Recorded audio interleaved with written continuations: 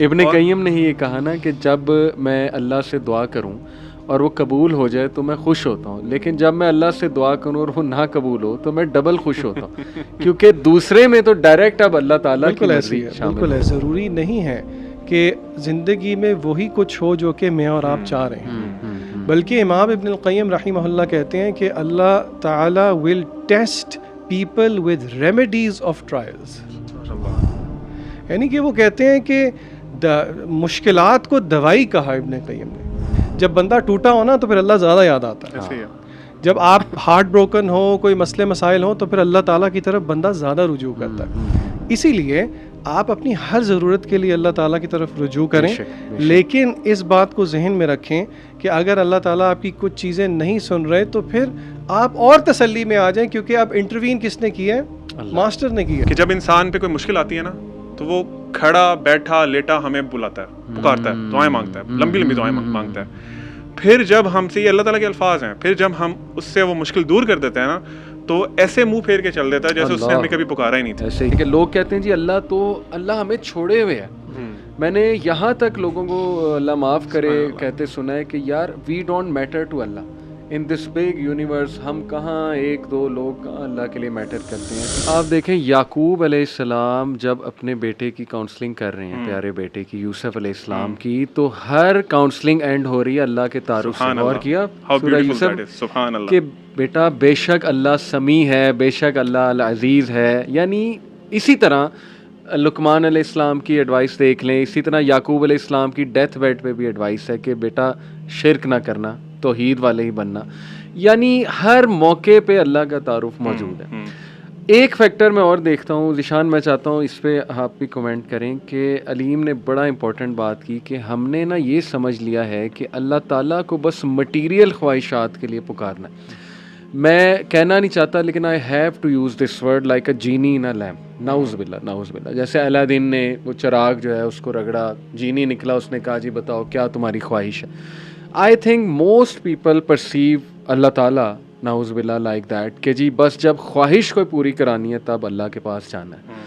तो ये वैसे दुनियावी सेंस में और दीनी सेंस में is it a bad thing to do? एक तो ये, दूसरा ये कि इसके फिर रॉन्ग इम्प्लीकेशंस क्या आप समझते हैं? देखें, पहली बात तो ये है कि अपनी किसी भी ज़रूरत के लिए हम और किसके पास जाएंगे? बेशक। इसमें तो कोई दूसरी राय ही नहीं है। बिल्कुल ठीक। यहाँ पे अगर आप ये सवाल कर रहे हैं तो हम अपनी ऑडियंस के लिए क्लियर कर दें, इसका ये मतलब नहीं है कि अगर आप कोई चीज़ चाह रहे हैं तो आप अल्लाह से नहीं मांगेंगे। नहीं, अगर कोई क्रिकेट मैच हो रहा है और आप चाह रहे हैं एक टीम जीते तो आप मांगें दुआ उससे अल्लाह के लिए, इससे इनकार नहीं है। सही। लेकिन मसला तब आता है कि जब अल्लाह ताला अपने रब होने का मज़हर दिखाते हैं। क्या मतलब? फॉर एग्ज़ाम्पल अभी अब्दुल अलीम ने बात की तो एक 2-3 दिन पहले, मैं जगह नहीं कोट करूँगा और एग्ज़ाम्पल नहीं कोट करूँगा, एग्ज़ाम्पल तो कोट करूँगा लेकिन I won't take specific names. एक लड़के ने सुसाइड की। सुसाइड कैसे की? अपनी वालदा के सामने किचन में गया, लाइटर लिया, अपने कमरे में गया, पेट्रोल छिड़का और ही बर्न्ड हिमसेल्फ अलाइव। वजह क्या थी? हार्ट ब्रेक, लड़की छोड़ गई। और उसकी वालदा को 5 साल बताने वाले बताते हैं कि ट्रॉमा से बाहर नहीं आई। ये हल्की बात नहीं है। मतलब एक है बेटे का फौत हो जाना, एक है बेटा बर्न्स हिमसेल्फ अलाइव। एक बात कहते सुनते हुए जो है ना बहुत ट्रॉमेटिक है। तो मतलब मैं सिर्फ एज एन एग्जांपल बताना चाह रहा हूँ कि और ऑल माय हार्ट्स टू इस तरह के लोग जो कि इस चीज़ से अपने आप को बाहर नहीं निकाल पाते। हम समझते हैं कि समझाने वालों की भी उसमें गलती है और जो नहीं समझ सके, तो इसीलिए फॉर अ लेसन इसका जवाब मैं ये दूंगा कि ज़रूरी नहीं है कि ज़िंदगी में वही कुछ हो जो कि मैं और आप चाह रहे हैं, बल्कि इमाम इब्न क़य्यम रहमहुल्लाह कहते हैं कि अल्लाह ताला will test people with remedies of trials. यानी कि वो कहते हैं कि मुश्किलात को दवाई कहा इब्न क़य्यम ने, क्योंकि बंदा देखें अगर सारा कुछ, सादी सी बात है, सारा कुछ वैसे ही होता रहे जैसे मैं चाहूँ तो फिर बात तो नहीं बनती। तो अल्लाह ताला का जो एक नाम है ना, अल्लाह ताला रब है। रबूबियत का मतलब ही ये है, अपार्ट फ्रॉम जो बाकी चीज़ें उससे मतलब बनते हैं, कि अल्लाह ताला तरबियत करते हैं। एक होती है जिसे कहते हैं फिजिकल तरबियत, अल्लज़ी खलक़का फसव्वाका फ़अदलक, अल्लाह ने हमें पैदा किया, नोक पलक संवारे। फिर एक तरबियत है जो कि अल्लाह ताला हमें मसाइब में मुब्तला करके देते हैं। मा असाब मिन मुसीबतिन इल्ला बिइज़्निल्लाह। सुभान अल्लाह। बंदा कहता है कि यार ये कैसे, बंदा ये रियलाइज़ नहीं करता कि ये जब आप टूटेंगे तो उसकी वजह से जो उबूदियत आपसे निकलेगी जो कि मकसूद है। देखिए सीधी बात है, जब बंदा टूटा हो ना तो फिर अल्लाह ज़्यादा याद आता है। ऐसे ही है। जब आप हार्ट ब्रोकन हो, कोई मसले मसाइल हो, तो फिर अल्लाह ताला की तरफ बंदा ज़्यादा रुजू करता है। इसीलिए आप अपनी हर ज़रूरत के लिए अल्लाह ताला की तरफ रुजू करें, लेकिन इस बात को जहन में रखें कि अगर अल्लाह ताला आपकी कुछ चीज़ें नहीं सुन रहे तो फिर आप और तसल्ली में आ जाएं, क्योंकि अब इंटरवीन किसने किया है? मास्टर ने किया। अब ख्वाहिश उसकी है, उसके आगे तो फिर तो मेरे ख्याल से हमें ज़्यादा खुश होना चाहिए। इब्ने कय्यम ने ही ये कहा ना कि जब मैं अल्लाह से दुआ करूं और वो कबूल हो जाए तो मैं खुश होता हूँ, लेकिन जब मैं अल्लाह से दुआ करूँ और वो ना कबूल हो तो मैं डबल खुश होता हूँ, क्योंकि दूसरे में तो डायरेक्ट अब अल्लाह ताला की मर्जी शामिल बिल्कुल हो ऐसी गई। है, बिल्कुल जी ऐसी आप कुछ कहना चाह रहे थे? मैं अली भाई इसी में ऐड करने वाला था कि जो हमारा इस्तिखारा करते हैं, जो कि अल्लाह के नबी सल्लल्लाहु अलैहि वसल्लम ने बहुत ज़्यादा रिकमेंड किया कि हर काम के लिए हमें इस्तिखारा करना चाहिए। उसका भी तो यही मतलब है कि अल्लाह की रज़ा ढूंढनी है आपने जो भी काम करना है। और वो ज़ीशान भाई वाली बात के आई थिंक हदीस है, आई थिंक जिसमें आप उसमें कुछ इस तरह फरमाया कि अगर तुमने जूते का तस्मा भी मांगना तुमने अल्लाह से मांगना। अल्लाह। लेकिन हमारी वही वाली जो मेन पॉइंट है वो ये है कि आपने अल्लाह ताला को अपने मकासद के लिए, ठीक है आपकी जो भी चीज़ें हैं आपने मांगना है अल्लाह ताला से, लेकिन फिर वो मौसमी मुसलमान ना बने, फिर सिर्फ मतलब ही ना बने ना। ये है कि आप इंसान से मतलब ही, अली भाई मैं आपसे अपने सिर्फ मतलब के लिए काम करता हूँ, यानी आपके पास आता हूँ, अली भाई मुझे ये चीज़ चाहिए, ये चीज़ें आप दे देते हैं। जब दे देते हैं फिर मैं जानते नहीं आप कौन है। कुरान में एक और आयत है, मुझे एग्जैक्ट आयत नहीं याद, लेकिन अल्लाह ताला फरमाते हैं कुछ इस तरह फरमाते हैं कि जब इंसान पे कोई मुश्किल आती है ना तो वो खड़ा बैठा लेटा हमें बुलाता है, पुकारता है, दुआएं मांगता है, लंबी लंबी दुआएं मांगता है। फिर जब हमसे, ये अल्लाह ताला के अल्फाज हैं, फिर जब हम उससे वो मुश्किल दूर कर देते हैं ना तो ऐसे मुंह फेर के चल देता है जैसे उसने हमें कभी पुकारा ही नहीं था। ऐसे ही तो इंसान की नेचर, दिस इज हैपनिंग। तो बहरहाल वीकनेस है और अल्लाह ताला हम सबको माफ़ भी फरमाए, लेकिन ये बुनियादी पॉइंट आप दोनों ने बड़ा ज़बरदस्त कि पेरेंट्स को चाहिए कि अपने बच्चों को राइट इंट्रोडक्शन अल्लाह ताला का कराएं, ऐसी एक्टिविटीज़ में मुब्तला करें कि वो अल्लाह ताला की प्रेजेंस फील करें अपनी लाइफ में with regards to decision making and many other things, there could be many other things. ये बात हतमी है कि बॉलीवुड ने बहुत ज़्यादा कॉन्सेप्ट अल्लाह का ख़राब किया हमारे यूथ के जहन में। बस उन्होंने ज़िंदगी का एक नक्शा ये पेश किया कि खा ले पी ले जी ले, ये ज़िंदगी है और जीने के हैं 4 दिन, बस ठीक है, ये 4 दिन में एंजॉय करो। अल्लाह ताला से तभी मदद मांगो जब तुम्हें कोई शादी करनी हो, ठीक है ना, या हालांकि हर्ज कोई नहीं जैसे ज़िशान ने कहा, लेकिन बात वही है ना कि फ़लसफ़ा ये नहीं होना चाहिए कि यार मैं सिर्फ तभी जाऊँ जब मुझे ज़रूरत है। ये फ़लसफ़ा टू बिगिन विद है ही गलत। कवालियाँ मैं चाहता हूँ, सुभान अल्लाह, तुम्हें गोरख धंधा। आप कवाली गाना चाहते हैं? कवालियाँ मैं सुनी बहुत है दौरे जहालत में, इसलिए मैं कह रहा हूँ। और उस टाइम पे हमें बड़ा हमें ना एक वो इबादत की फीलिंग दिलाई जाती थी कि ये तो इबादत है।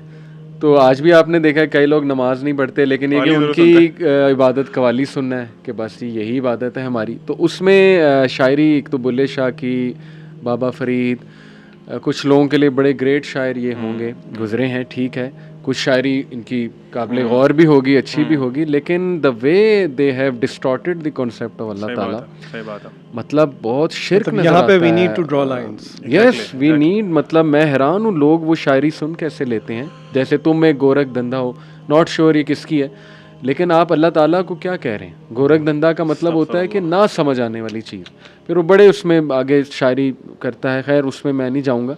इसी तरह बुल्ले शाह की शायरी, मतलब it's way too dangerous when it comes to Quran.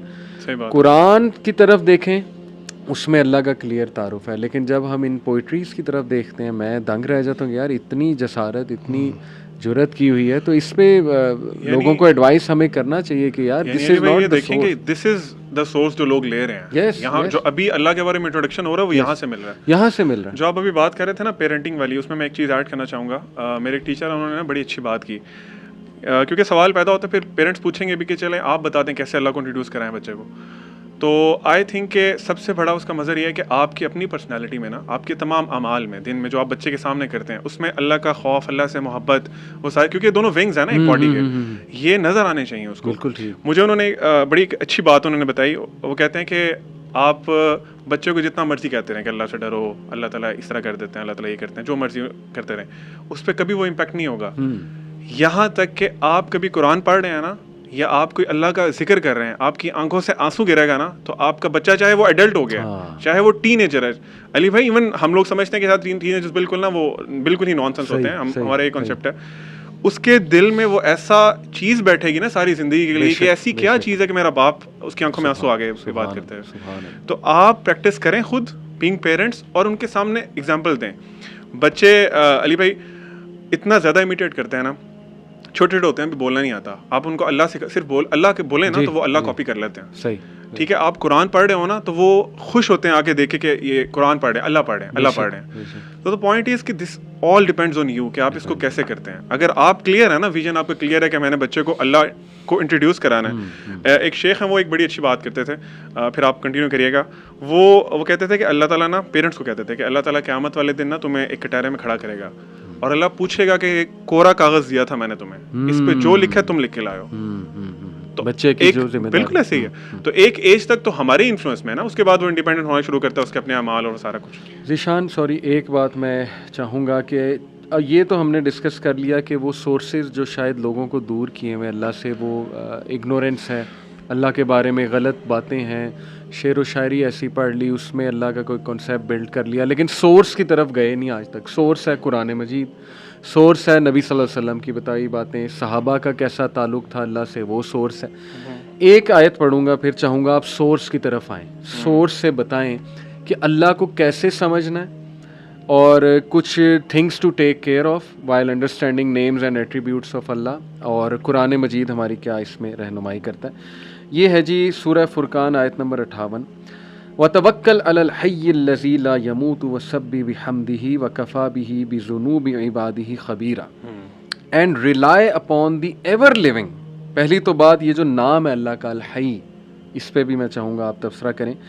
Who does not die and exalt Allah with His praise, and sufficient is He to be, और तुम्हारा रब काफ़ी है, with the sins of His servant, acquainted, जानता है, बाखबर है। यानी एक तो अल्लाह का नाम जो है ना अल लतीफ़, और फिर अल खबीर।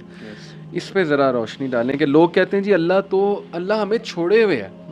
मैंने यहाँ तक लोगों को अल्लाह माफ़ करे कहते सुना है कि यार we don't matter to Allah in this big universe, हम कहाँ एक दो लोग कहाँ अल्लाह के लिए मैटर करते हैं। तो अल्लाह इस तरफ कह रहा है कि मैं तो बहुत वेल एक्वेंटेड हूँ, मैं तो बहुत बाखबर हूँ। इस पर मैं चाहता हूँ। अच्छा, इसमें मैं कोशिश करूँगा इख्तिसार के साथ पॉइंट बाय पॉइंट जो है, और फिर आपको मैं एंड पे बाकायदा एग्जांपल्स देता हूँ ताकि प्रैक्टिकली हम समझ सकें कि चलें अगर हमने बच्चों की, अपने घर वालों की तरबियत करने है तो कैसे करें। सही। पॉइंट नंबर 1 ये है कि Allah's names are known only, and I stress only, through revelation, वही से। वही से मुराद किताब और सुन्नत है। बिल्कुल ठीक। टेक्निकल टर्म्स में कहते हैं अल्लाह ताला के अस्मा व सिफ़ात तौक़ीफ़ी हैं। तौक़ीफ़ वक्फ से निकला है, वक्फ रुक जाना, यानी कि वी स्टॉप ऑन वही। सही हो। Rule number 1 very important. Point number 2, यहाँ पे मैं बच्चों को एक नेमेनिक बताऊँगा। नेमेनिक रट्टे मारने का एक तरीका होता है। ये रट्टा मारना मकसद तो नहीं है, जिस तरह वो विप गॉयर, अगर आपने फिजिक्स में पढ़ा हो आपको पता है सारा। तो आपने 2 चीज़ें, 6 रूल्स हैं, उनको 2 पॉइंट से याद रखना है। सही है। IQ and then 4 T's, T for tortoise. ठीक है जी। अल्लाह ताला के अस्माओ सिफ़ात में because of the first point कि they are only known through revelation, ठीक है। सेकंड पॉइंट कि ये 6 चीज़ें हमने नहीं करनी, ठीक है। ये रूल्स हैं, and this is the only technical thing if you like जो कि आज हम डिस्कस कर रहे हैं। IQ में I स्टैंड्स फॉर इज्तिहाद, ठीक है। मेरी मर्जी, आपकी मर्जी, उसकी मर्जी, किसी शायर की मर्जी कि अल्लाह क्या है नहीं चलेगी। मर्जी किसकी? अल्लाह की। अल्लाह खुद बताएगा, अल्लाह खुद बताएगा, अल्लाह इज द ऑथर। बिल्कुल ठीक। ठीक है, तो अल्लाह खुद बताएगा। नंबर 2, कियास नहीं करना, एनालॉजी नहीं देनी, ये ऐसा है, ये वैसा है, वो अल्लाह तो लगता है ऐसे नहीं, आपको क्यों, मुझे और आपको क्यों लगता है, हाउ डेयर वी से कि अल्लाह ऐसे लगता है, ये जुर्रत है बहुत बड़ी। फिर 4 T's, मैं टेक्निकल नाम ले लेता हूँ, फिर मैं जल्दी से एक्सप्लेन करता हूँ।